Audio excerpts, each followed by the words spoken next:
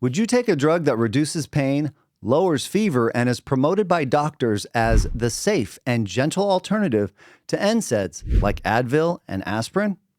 What about a drug that sends more than 56,000 people to the hospital every year and causes more acute cases of liver failure than alcohol, hepatitis, and all prescription drugs combined? Well, if you're like most people, you've already taken this drug and there's a bottle sitting in your medicine cabinet right now. The drug I'm talking about is Tylenol, or its generic versions, acetaminophen and paracetamol. Most people think there are only two choices when it comes to over-the-counter pain relief, and doctors will back this up as well. You can either take Tylenol or some type of NSAID like Advil or Aleve. But today I'm going to show you why that's a false choice. There are natural compounds that are safer and more effective than these drugs, and you don't have to take my word for it. I've got the clinical research to back it up. Recently, the Trump administration released new information that Tylenol may increase the risk of neurological damage in children. Now, unfortunately, Tylenol is the most widely used pain reliever in the world. It does nothing for inflammation, and it doesn't even work at the site or source of the pain. Tylenol boosts serotonin and endocannabinoid activity, which tricks the brain into feeling less pain and inflammatory signals. I'd compare it to shutting off a smoke alarm instead of putting out a fire. If you can't feel it, it must not be there. But because Tylenol doesn't cause stomach upset like NSAIDs, doctors call it gentle. And while it may seem that way, as it mutes the pain in your brain, it quietly begins destroying your liver and your entire antioxidant defense system. When you ingest Tylenol, 3 enzyme systems simultaneously go to work to metabolize the drug. 2 of them handle the drug safely, converting it into water-soluble compounds that your kidneys can easily flush out. But the 3rd system is highly problematic. It creates oxidative stress and a highly toxic byproduct called N-acetyl-P-benzoquinonamine, or NAPQI. If left unchecked, this toxin attacks the proteins, lipids, and mitochondria inside your liver cells, and it can easily cause liver damage and eventual death. Fortunately, we have a powerful compound to defend ourselves from this byproduct, glutathione, the body's master antioxidant and your liver's main defensive mechanism. Glutathione binds directly to this liver toxin and transforms it into a water-soluble compound that can be safely excreted. But there's a catch. This detox process only works if you have enough glutathione. And the truth is, most people don't. Glutathione levels can become chronically low when people age, if they consume alcohol, take multiple medications, have autoimmune issues, skip meals or fast, don't sleep well, or live with chronic inflammation. That list covers a massive portion of the adult population, which means even normal doses of Tylenol can overwhelm the liver and trigger the beginning of Tylenol-induced liver failure.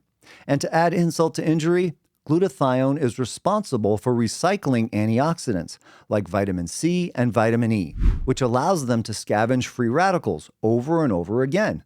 It's a necessary step in your body's detox system. So glutathione's depletion doesn't just wreak havoc on your liver, it collapses your entire antioxidant network. All of this means that Tylenol would never pass the FDA's own guidelines for drug-induced liver injury if it were brought to market today. According to the FDA's own guidance, a compound like Tylenol would fail evaluation because it demonstrates predictable, dose-related, and severe hepatocellular injury. It's the exact type of toxicity these guidelines are designed to screen out. What's funny is that this very FDA guidance cites another natural supplement, N-acetylcysteine, or NAC, as the only known antidote for Tylenol overdose. So when you take all of this into account, is it a major stretch to assume that when anyone, especially infants, are given a combination of known immune-stimulating toxins while their main detox and antioxidant systems are depleted, that the risk of neurological damage increases? In other words, can toxic chemicals do more damage to adults and children when their defense systems are seriously compromised? In my opinion, anyone with an ounce of intellectual honesty would, at the very least, have to entertain this possibility. And that's just Tylenol. What about the other over-the-counter options?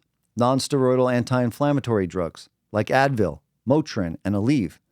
They work differently, but they come with their own problems. Instead of tricking your brain, they stop inflammation by shutting down the enzymes responsible for recognizing damaged tissue. This gives mild relief, but when you shut down these enzymes, you also interrupt the regulation of blood flow to the kidneys. You slow down the body's repair response, and you block the production of the mucosal lining that protects the stomach. And there's new research about these drugs having massive cardiovascular implications. In other words, whether it's Tylenol or NSAIDs, both silence the body's healing system instead of helping it resolve the cause. And that brings me to the exciting part of this video. Only having two options for over-the-counter pain relief is a false choice. There are many other ways to relieve pain. An alternative option to these damaging drugs is a natural enzyme that helps the body clear away the leftover proteins and inflammatory debris that allows inflammation to linger and keeps pain signals stuck in the on position. That natural enzyme is serrapeptase, also known as serratiopeptidase. When tissue is injured, a chemical reaction takes place and a small peptide called bradykinin binds to nerve endings and blood vessels. This makes nerves hypersensitive and the blood vessels leaky. That's why inflamed areas feel sore, hot, tender, and swollen. Now, in moderation, this is how the body repairs itself. But sometimes these signals don't shut off. Bradykinin and other chemicals can stay elevated, which prolongs pain and inflammation long after an acute or chronic issue should have healed. This can easily happen as people age, if they are under a large amount of stress, if they have poor circulation, oxidative overload, and for anyone that suffers from autoimmune disease. People can only take so much, and it's at this point that they grab some Tylenol or an NSAID. Both will give some temporary relief, but they do nothing to resolve the root cause. Serrapeptase works completely differently. It assists your body in the breakdown of non-living proteins that accumulate and build up in damaged tissue. Serrapeptase is a game changer. It allows this toxic buildup of bradykinin, fibrin, dead tissue, and other immune-stimulating proteins to be dissolved efficiently, allowing many users to heal as quickly as they did as children. The natural addition of serrapeptase calms inflammation, improves circulation, and allows true healing to occur.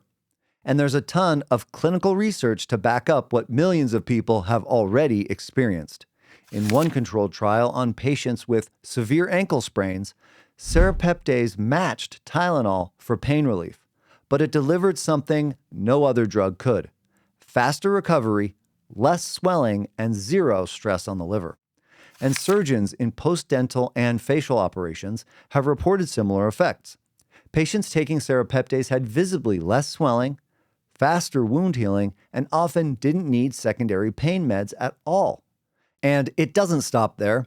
In orthopedic trauma studies, serrapeptase shortened recovery time by weeks compared to traditional anti-inflammatories.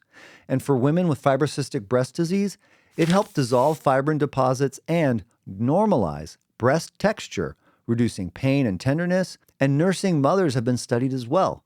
Moms with breast engorgement experienced significant reductions in swelling, hardness, and pain, and they obtained relief faster than those given standard therapy, which demonstrates serrapeptase's natural and safe anti-inflammatory benefits. And finally, ENT specialists have seen serrapeptase thin mucus and open airways in chronic sinusitis and bronchitis patients who'd been dependent on antibiotics and or steroids for years. Across all of these studies, one thing stands out: no serious side effects, no ulcers, no GI bleeding, no liver, kidney, or heart damage, just faster healing, lower inflammation, and a body allowed to complete what over-the-counter pain relievers constantly interrupt: the natural recovery process. So, when you take a step back and you look at the big picture, the irony is almost painful. A drug like Tylenol, which creates a known liver toxin as part of its normal metabolism, sits on every pharmacy shelf in America and can be bought without a prescription, while natural compounds that work with and help the body recover are treated with suspicion and brushed off as snake oil. Modern medicine is obsessed with controlling symptoms. They've made a multi-billion-dollar business out of silencing pain, suppressing fever, and blocking inflammation. Serrapeptase challenges this way of thinking, so I hope you agree. Now is the time to stop calling natural and effective choices alternative medicine. Because when the safest, most restorative solutions come from nature and the most damaging come from the drugstore, maybe the drugs are the real alternative. If you enjoyed this content, please like, subscribe, and comment below. I'd love to know what you take to relieve pain. Again, I'm Danny Curtin. Thanks for watching. I'll see you on the next one.